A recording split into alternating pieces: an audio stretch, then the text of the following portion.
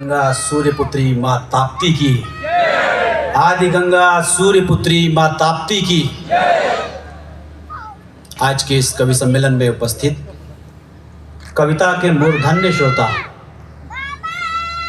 एवं आज के इस कवि सम्मेलन के मंच पर विराजमान एक शशि आसमान में चमक रहा है, देखिए, और एक शशि मेरे इस मंच पर चमक रहा है। एक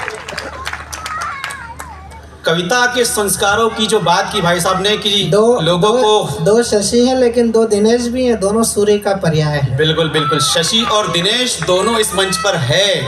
लेकिन मैं एक बात और बताना चाहता हूँ कि ये जिला वो जिला है जहाँ से शशि की पुत्री पूर्णा, चंद्रपुत्री पूर्णा और सूर्यपुत्री ताप्ती दोनों यहीं से निकलती है।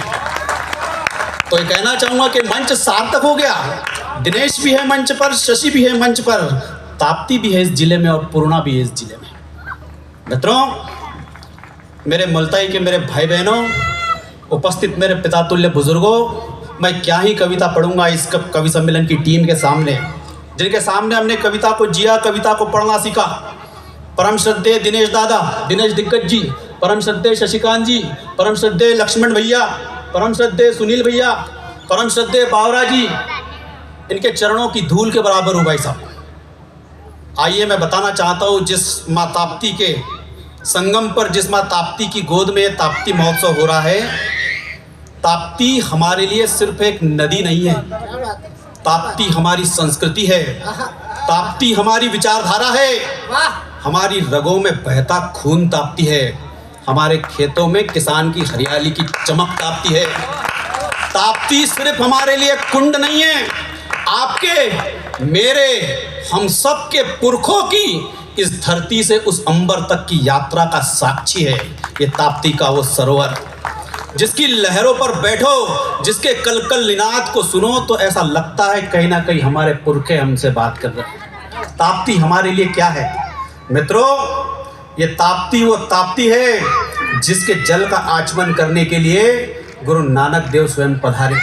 ये ताप्ती वो ताप्ती है जिसके जल का आचमन करने के लिए दंडकारण्य को जाते हुए श्री राम 12 लिंग पर इसके जल का आचमन करके अपने स्वर्गीय पिता का तर्पण करते हैं।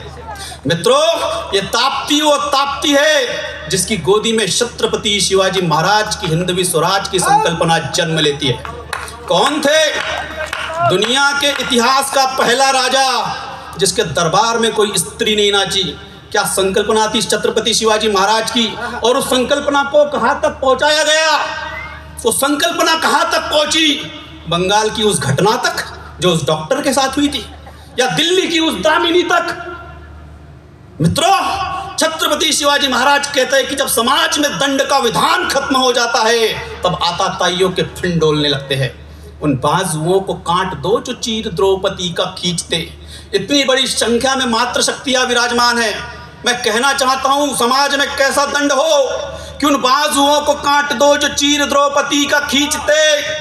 दंड दो उन्हें भी जो ये दृश्य देख आंखें मीचते, और देश में दुष्कर्मियों को दंड इतना सख्त दो कि केश धोने द्रौपदी को दुर्योधन का रक्त दो। केश धोने